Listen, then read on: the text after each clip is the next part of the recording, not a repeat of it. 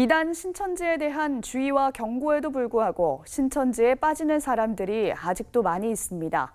한국기독교 이단 상담소 협회는 신천지의 포교 활동이 갈수록 교묘해지고 있다면서 주의를 당부했습니다. 또 신천지 이만희 교주가 고령인 점을 감안할 때 이만희 교주 사후 상황에도 대비해야 할 때라고 강조했습니다. 최경배 기자가 전합니다. 한국기독교 이단 상담소 협회는 이단 신천지가 올해 수료생 10만 명을 배출하라는 이만희 교주의 지시에 따라 포교 활동이 극렬해지고 있다면서 주의를 당부했습니다. 특히 길거리와 지하철역, 대학 캠퍼스 등에서 설문조사 또는 인터뷰 등으로 접근해 개인 정보를 빼낸 뒤 이를 포교 활동에 이용하는 경우가 많다면서 거리 설문조사 등에는 응하지 말라고 당부했습니다.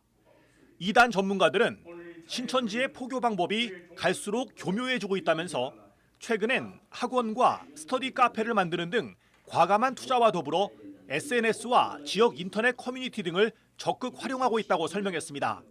신천지라는 것을 알았을 때 그냥 그만두거나 탈퇴하는 것으로 그치는 경우가 대부분인데 그들이 속인 증거들을 체증해서 민형사상 법적 대응을 통해 피해의 원천을 봉쇄해야 된다 하는 겁니다. 예를 들어서 노상에서 개인정보를 속여서 받는 행위, 이거는 분명히 현행법에 저촉이 되거든요.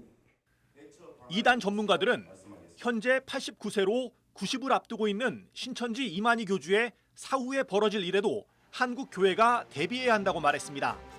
신천지가 육체의 영생을 믿고 있는 만큼 교주 이만희가 갑자기 숨질 경우 신천지에서 이탈하는 신도들이 대거 발생할 수 있기 때문입니다.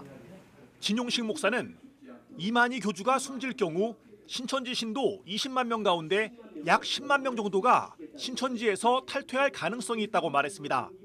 진 목사는 신천지에서 탈퇴하는 이들이 신천지 교리가 잘못됐다는 것을 깨닫고 정통 교회에 정착할 수 있도록 한국 교회가 도와야 한다고 강조했습니다. 목사님들이 이런 십상 반증에 대해서 준비를 하고 가르칠 수 있도록 해야 되겠습니다. 그래서 신천지 신도들이 들어보고 과연 우리가 속았구나 이런 것을 깨달을 수 있도록 해줘야 되겠죠. 이단 전문가들은 신천지의 포교 대상이 정통교회 성도들은 물론 비기독교인들과 해외로까지 확대되고 있다면서 한국 교회가 신천지에 대한 경계를 늦추지 말아야 한다고 당부했습니다. CBS 뉴스 최경배입니다.